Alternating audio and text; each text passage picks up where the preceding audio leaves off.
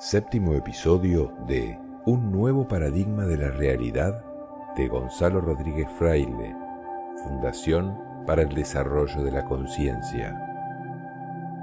Capítulo 6. Filosofía y Psicología Integral.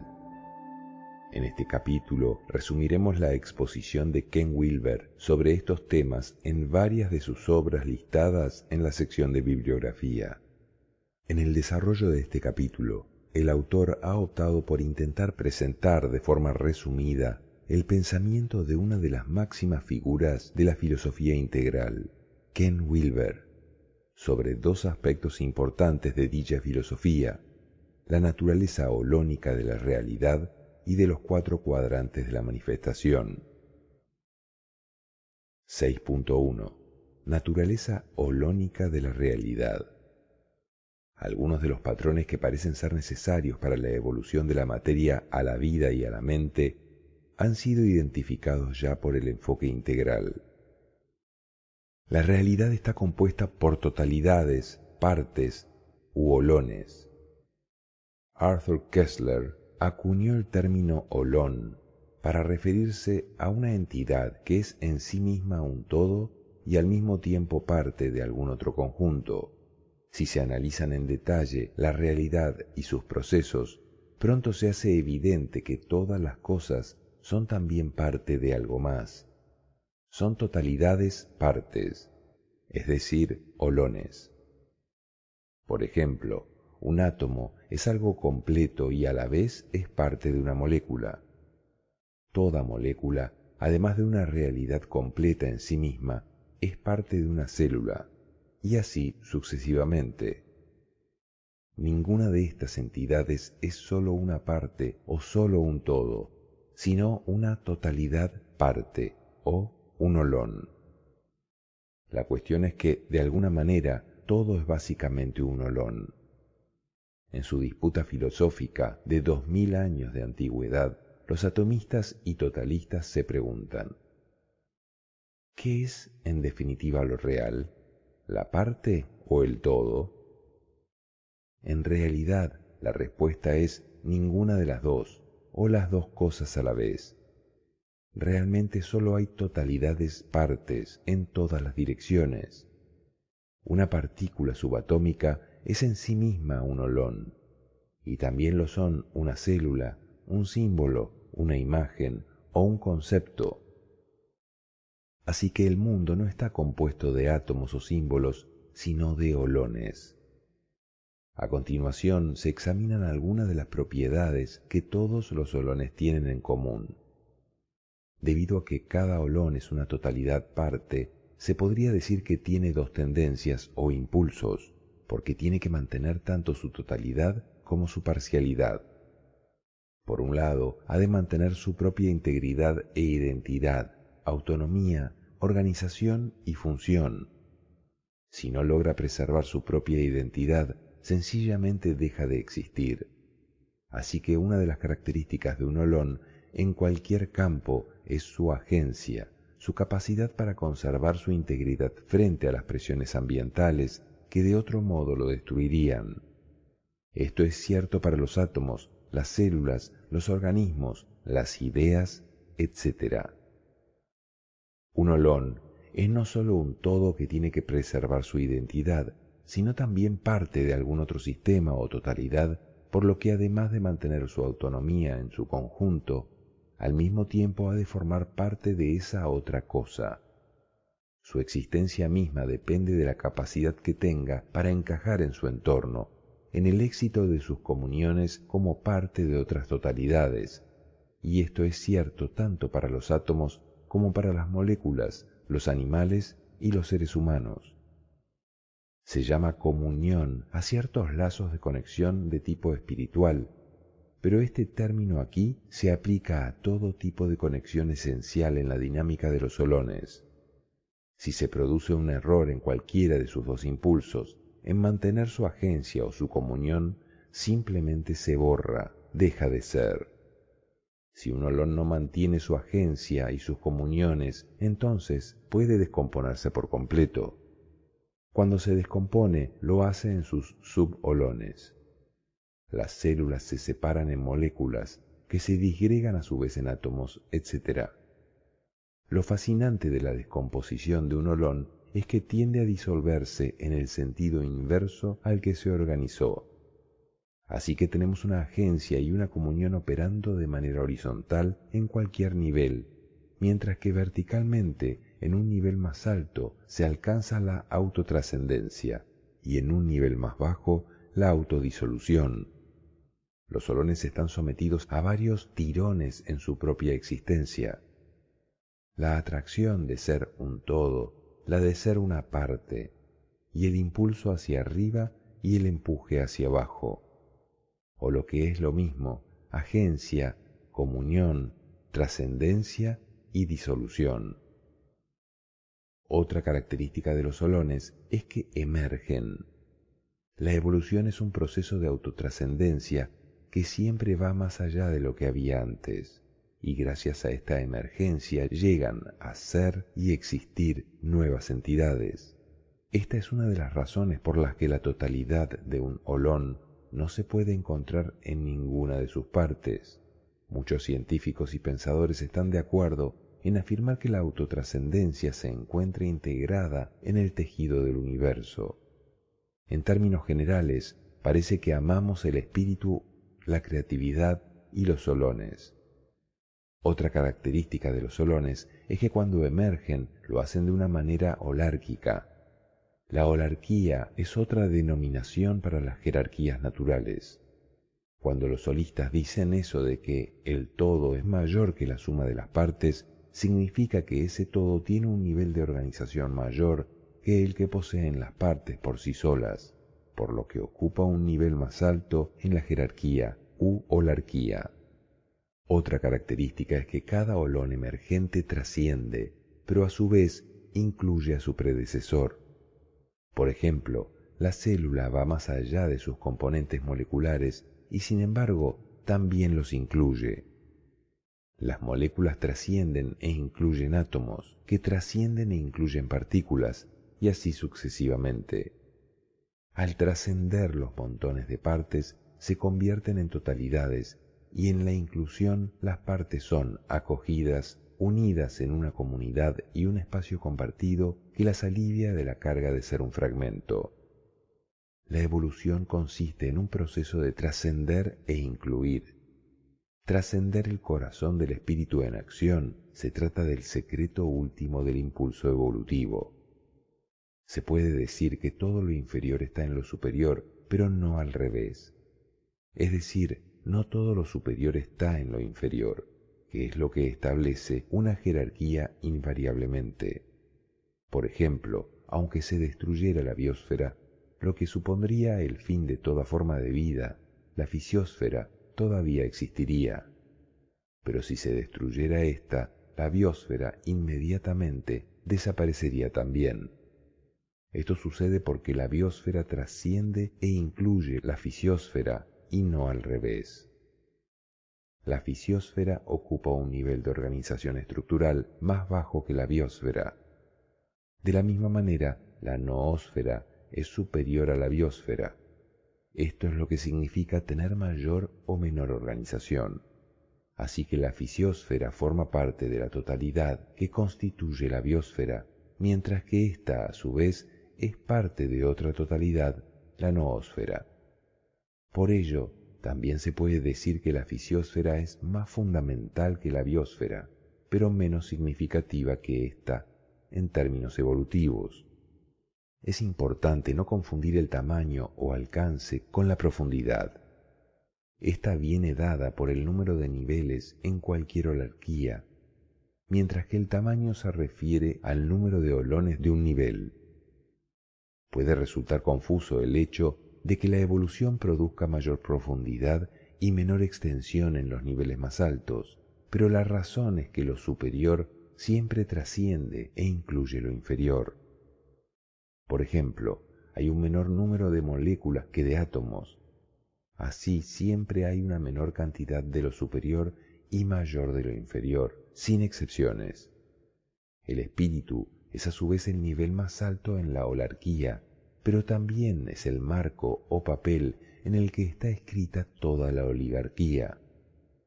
La identidad humana ciertamente puede expandirse para incluirse en el todo, llamémoslo conciencia cósmica, en una unión mística. Pero el número de personas que realmente son conscientes de esa identidad suprema es muy, muy pequeño. En otras palabras, esta profundidad tan grande tiene en realidad una extensión muy pequeña. Como siempre, a mayor profundidad, menor extensión. Pero en esa experiencia, la identidad consciente es de hecho una identidad con el todo, con el cosmos, y en ella todos los seres, superiores o inferiores, sagrados o profanos, son realmente vistos como manifestaciones perfectas del espíritu tal como son. Así, la profundidad máxima es la unidad final con el absoluto. Pero esta comprensión no se da por igual en todos los seres, a pesar de que todos son manifestaciones del espíritu. Esta toma de conciencia es el resultado de un proceso evolutivo de desarrollo y trascendencia. Los teóricos de la Web of Life, red o tejido de la vida, por lo general se centran en la igualdad del ser y pierden de vista la holarquía de la realización.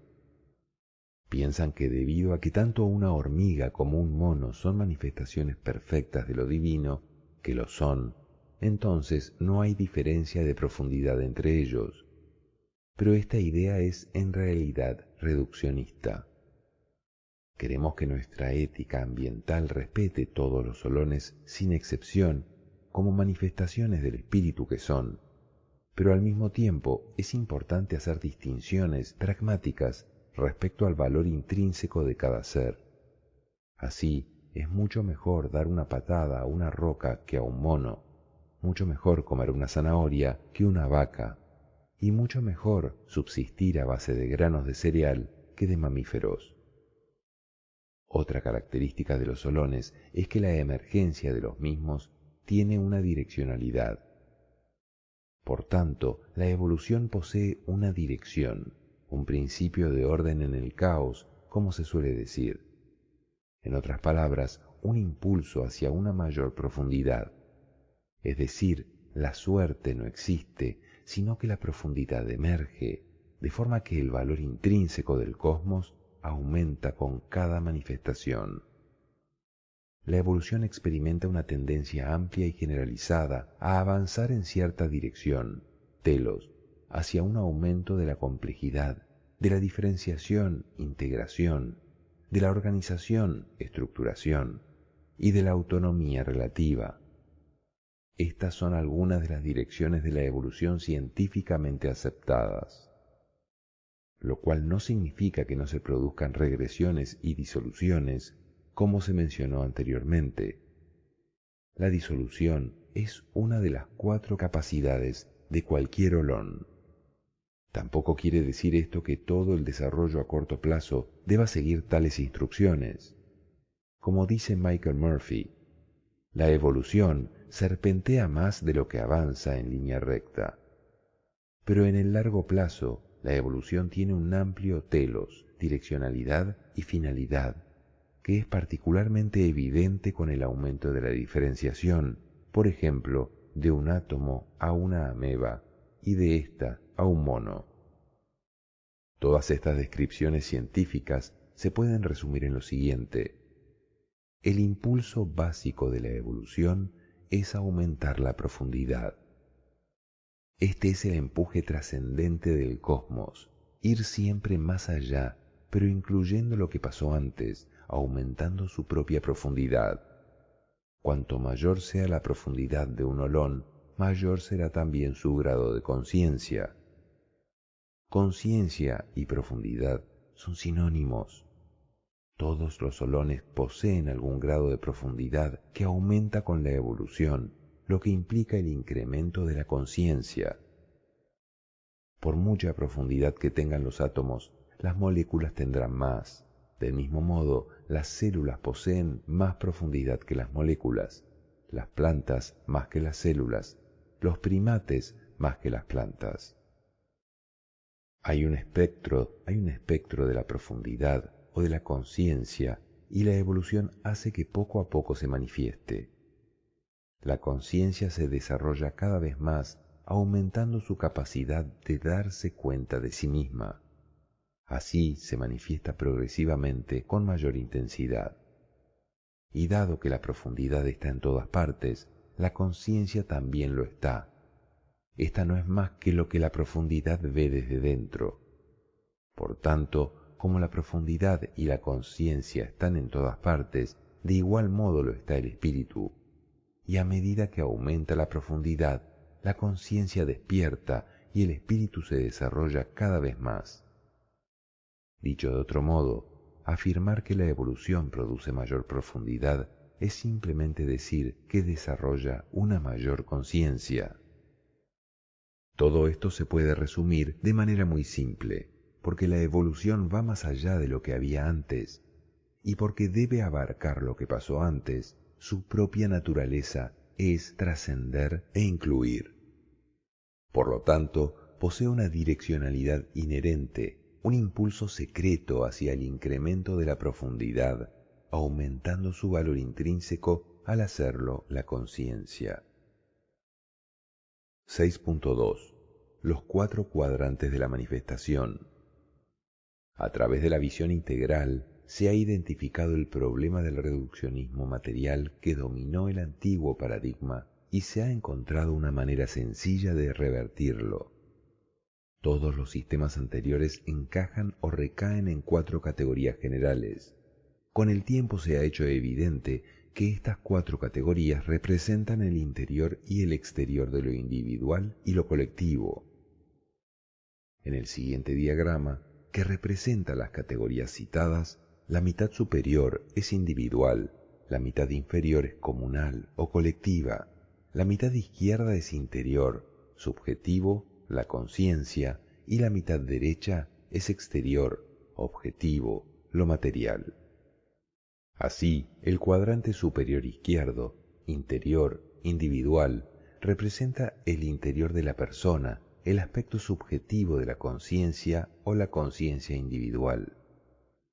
El cuadrante superior izquierdo completo incluye todo el espectro de la conciencia tal y como aparece en un individuo, de las sensaciones corporales a las ideas mentales en alma y espíritu.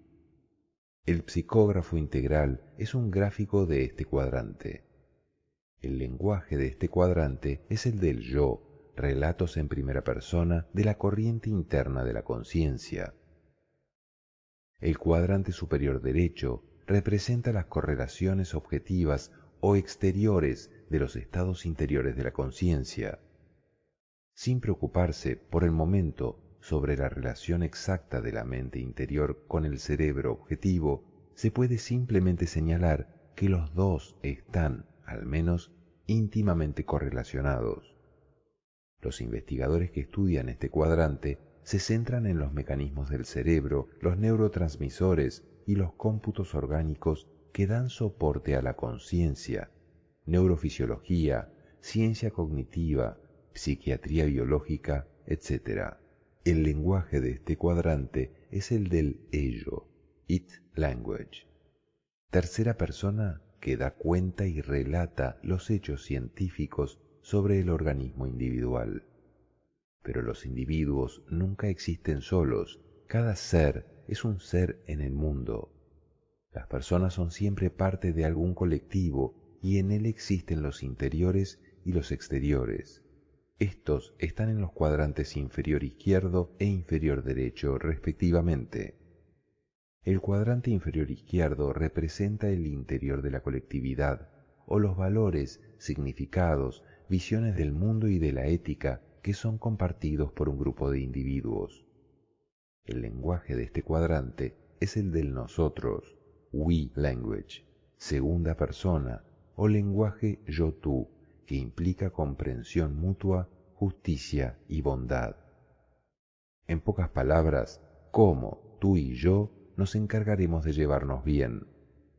Este es el cuadrante de la cultura, pero esta no existe solo como ideas imaginarias en los interiores. Así como la conciencia individual está de alguna manera fijada en el mundo de las formas materiales y objetivas, como el cerebro, del mismo modo todos los componentes culturales se encuentran anclados en las formas institucionales, materiales y exteriores que pertenecen al cuadrante inferior derecho. Estos sistemas sociales incluyen instituciones materiales, formaciones geopolíticas, así como las fuerzas de producción. Debido a que estos son fenómenos objetivos, el lenguaje de este cuadrante, como el del individuo objetivo, es el del ello, it language. Dado que los cuadrantes superior e inferior derechos son los objetivos, pueden ser tratados como un dominio general. Esto significa que los 4 cuadrantes se pueden resumir en los 3 grandes del yo, el nosotros y el ello, o la estética del yo, la moral del nosotros y el ello de la ciencia. En otras palabras, los 4 cuadrantes son en realidad las bases de la diferenciación moderna de las esferas del valor del arte, la moral y la ciencia, donde la premodernidad había tendido a no diferenciar claramente los 3 grandes. La modernidad sí lo ha hecho y ha dejado libre a cada uno para buscar su propio camino. Esta diferenciación fue parte de la dignidad de la modernidad, que permitió a cada dominio perseguir sus propias verdades, haciendo descubrimientos sorprendentes y de gran alcance con los que incluso los críticos más duros están de acuerdo, y que establecen una clara línea diferenciadora entre la modernidad y la premodernidad. Pero hay algo más que diferenció definitivamente ambos estadios. La diferenciación de los 3 grandes se llevó demasiado lejos en su disociación, y esto hizo que una ciencia imperialista dominara a las otras esferas y afirmara que no poseían ninguna realidad inherente en sí mismas. Así, el conocimiento quedó reducido al cientificismo o materialismo científico y a una visión unidimensional del hombre y al desencanto del mundo. Atrás quedaron la mente, el alma y el espíritu. Por lo tanto, parece que la premodernidad ostentaba al menos una gran fortaleza de la que carecía la modernidad.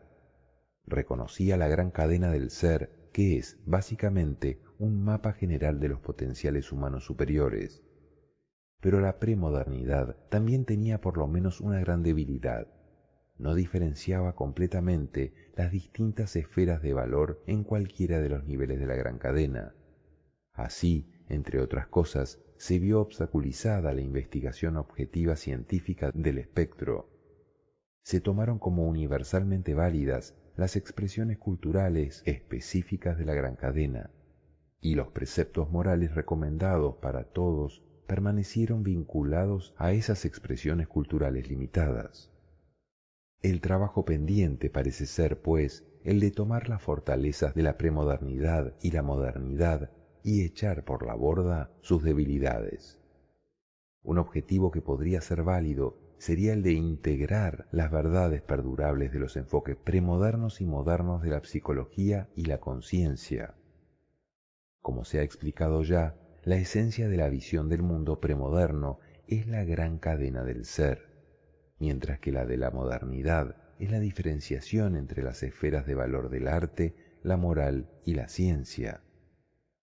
Por lo tanto, para integrar premodernidad y modernidad, habría que integrar la gran cadena con las diferenciaciones de la modernidad. Esto significa que cada uno de los niveles de la tradicional gran cadena necesita ser cuidadosamente diferenciado de acuerdo con los 4 cuadrantes. Esto respetaría tanto la tesis central de la espiritualidad antigua, es decir, la gran cadena, como la reclamación central de la modernidad, esto es, la diferenciación de las esferas de valor, y podría proporcionar la base para avanzar hacia una psicología más integral. Dicha integración se puede representar de una manera muy simple, como se hace en la figura siguiente, donde aparecen diferenciados cada uno de los niveles de la gran cadena de acuerdo con los 4 cuadrantes. Pero a diferencia de la modernidad, que negaba los niveles más altos, se pretende incluir en los 4 cuadrantes todos los niveles, yendo desde el cuerpo a la mente, al alma y al espíritu. Por otra parte, a diferencia de la premodernidad, se incluyen todos los cuadrantes en cada uno de los niveles, en lugar de fusionarlos indiscriminadamente. La siguiente figura, tomada de Una breve historia de todas las cosas, de Ken Wilber, integra los 4 cuadrantes con los 5 niveles de conciencia: materia, cuerpo, mente, alma y espíritu. En el cuadrante superior izquierdo, individual, interior, el lenguaje del yo, intencional, subjetivo. En el cuadrante superior derecho, individual exterior, el lenguaje de ello, conductual, objetivo. En el cuadrante inferior izquierdo, colectivo, interior, nosotros, subjetivo y cultural. Y en el cuadrante inferior derecho, el colectivo exterior, ellos, objetivo, social. Y cada uno de estos cuadrantes caracterizado por uno de los 5 niveles de conciencia: materia, cuerpo, mente, alma y espíritu. Así surge el objetivo de una psicología integral, la coordinación e integración de los resultados de la investigación en todos los niveles y cuadrantes. El punto esencial del enfoque integral es que para una comprensión completa de cualquier cuadrante, éste tiene que ser analizado en el contexto de todos los demás. Esta integración, todos los niveles, todos los cuadrantes, se le negó a la premodernidad, que era todo nivel, pero no todo cuadrante, y también a la modernidad, que era todo cuadrante, pero no todo nivel. La modernidad, en su afán comprensible por correlacionar todas las realidades sobrenaturales, metafísicas, con las realidades empíricas del mundo, un programa legítimo, ya que todos los eventos del lado izquierdo tienen correlaciones en el lado derecho, sin darse cuenta, convirtió todos los interiores en exteriores, rompiendo así la armonía vital, pues tan erróneo es reducirlo todo al aspecto interior como al exterior. Un enfoque integral del cosmos consistiría en investigar todos los niveles y líneas en todos los cuadrantes sin intentar reducir cualquiera de ellos a los otros de forma injustificada. Se observa que en todas las entidades u holones, en los cuadrantes del lado derecho, poseen una ubicación sencilla. Tanto ellos como sus extensiones son observables mediante los sentidos. Se pueden ver las rocas, aldeas, organismos, ecosistemas, planetas, etc. En cambio, ninguno de los holones en los cuadrantes del lado izquierdo posee una ubicación sencilla. No se pueden ver, corriendo por el mundo exterior, sentimientos, conceptos, estados de conciencia, iluminaciones interiores, valores culturales, etc.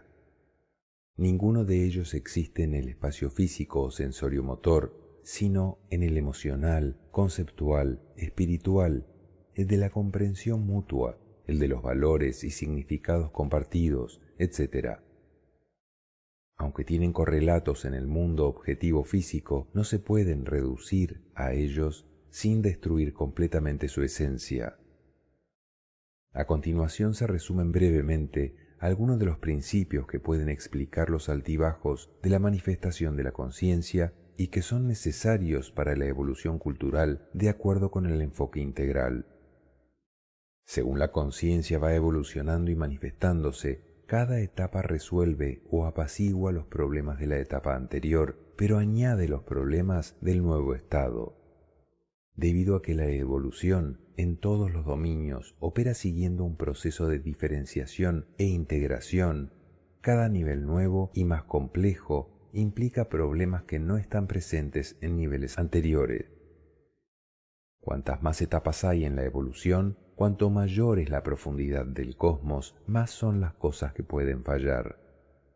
Así pues, la evolución conlleva intrínsecamente que se introduzcan en cada etapa nuevas posibilidades, maravillas y glorias, pero éstas vienen siempre acompañadas por nuevos temores, problemas y desastres.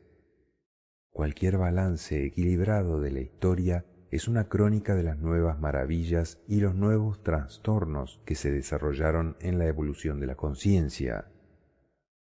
Precisamente porque la evolución avanza siguiendo un proceso de diferenciación e integración, algo puede ir mal en cada etapa. A mayor profundidad del cosmos, más trastornos pueden aparecer, y como ya se ha visto, una de las formas más frecuentes de patología evolutiva se produce cuando la diferenciación va demasiado lejos en la disociación, tanto ontogenéticamente en cuanto al nacimiento y el desarrollo del individuo, como filogenéticamente en lo referente al nacimiento y desarrollo de la especie. En la evolución humana, por ejemplo, una cosa es diferenciar mente y cuerpo y otra muy distinta es disociarlos. Una cosa es diferenciar cultura de naturaleza y otra muy distinta es disociarlas. La diferenciación es el preludio de la integración, mientras que la disociación es el preludio de la descomposición. La evolución humana, como la evolución en todas partes, se caracteriza por una serie de diferenciaciones importantes que son absolutamente normales y totalmente cruciales para la evolución y la integración de la conciencia. Por ejemplo, una bellota se convierte en roble solo por diferenciación, pero en cada etapa estas diferenciaciones pueden ir demasiado lejos en la disociación, lo cual convierte el crecimiento en cáncer, la cultura en pesadilla y la conciencia en agonía. Cualquier balance equilibrado de la historia es una crónica no sólo de las diferenciaciones necesarias de la evolución de la conciencia, sino también de las disociaciones patológicas y distorsiones que se han producido con demasiada frecuencia. Es necesario señalar además la diferencia entre trascendencia y represión. Decir que la evolución avanza por diferenciación e integración es decir que lo hace buscando trascendencia e inclusión. Cada etapa incluye a sus predecesoras y a continuación añade sus propias cualidades definitorias y emergentes, trasciende e incluye. Pero en ciertas ocasiones y de forma patológica, la dimensión superior no trasciende e incluye, sino que trasciende y reprime, es decir, niega, distorsiona e interrumpe. Cada etapa nueva y superior tiene exactamente esta elección: trascender e incluir, proteger, integrar, honrar y respetar, o bien trascender y reprimir, negar, enemistar y oprimir. También hay que distinguir entre jerarquía natural y jerarquía patológica. Durante el proceso evolutivo, lo que es todo en un momento dado se convierte en una parte de la totalidad del siguiente nivel. Átomos enteros se transforman en parte de las moléculas enteras se convierten en parte de las células y éstas en parte de los organismos. Como ya se ha visto, todos y cada uno de los elementos en el cosmos son un todo parte, un holón que existe en una jerarquía anidada u holarquía y que va aumentando en plenitud y holismo. Pero lo que trasciende puede reprimir y las jerarquías naturales pueden degenerar en jerarquías patológicas de dominio. En estos casos, un holón arrogante no quiere ser a la vez todo y parte, sino que solo desea ser todo.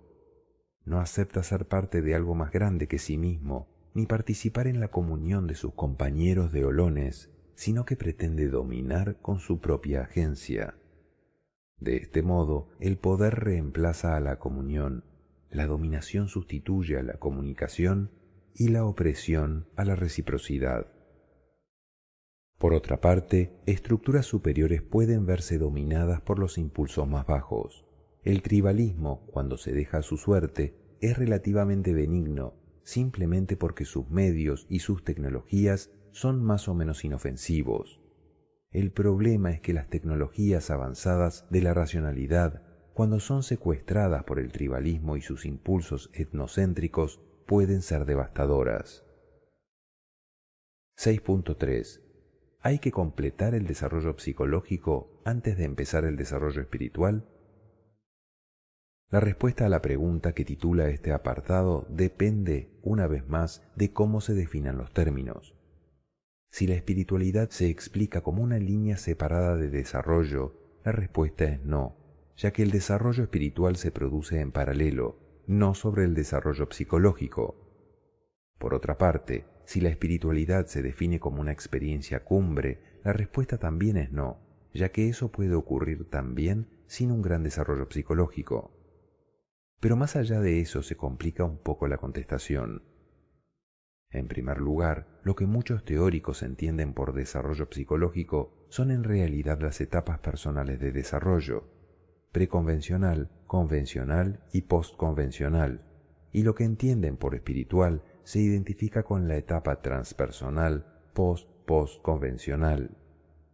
Si se tienen en cuenta estas definiciones y observando cualquier línea de desarrollo, lo psicológico en general debe ser completado antes de que lo espiritual pueda surgir de manera estable. Esto es así simplemente porque, como indica la investigación, no se puede producir lo postconvencional sin darse antes lo convencional y así sucesivamente. Sin embargo, y esto es lo que ha confundido a muchos teóricos, como las líneas de desarrollo sí pueden evolucionar de forma independiente, es posible que un individuo se encuentre muy avanzado espiritualmente, transpersonal o postconvencional en una de las líneas y aún así que se sitúe en un estado personal o psicológico muy bajo, convencional o preconvencional en otras áreas. Por ejemplo, una persona puede encontrarse en un nivel transpersonal de conocimiento, quizás alcanzado a través de un desarrollo contemplativo, y aún así estar en una etapa personal o psicológica de desarrollo moral anterior. Por lo tanto, a pesar de que según estas definiciones lo espiritual viene solo después de lo psicológico, en cualquier línea dada, el desarrollo espiritual puede ocurrir antes de, junto con o después de cualquier tipo de desarrollo psicológico, precisamente porque las propias líneas son relativamente independientes. Alguien puede estar en una etapa preconvencional en una línea, en una postconvencional en otra y postconvencional en otras tres, lo que, según estas definiciones, significa estar en 2 niveles psicológicos y 3 niveles espirituales.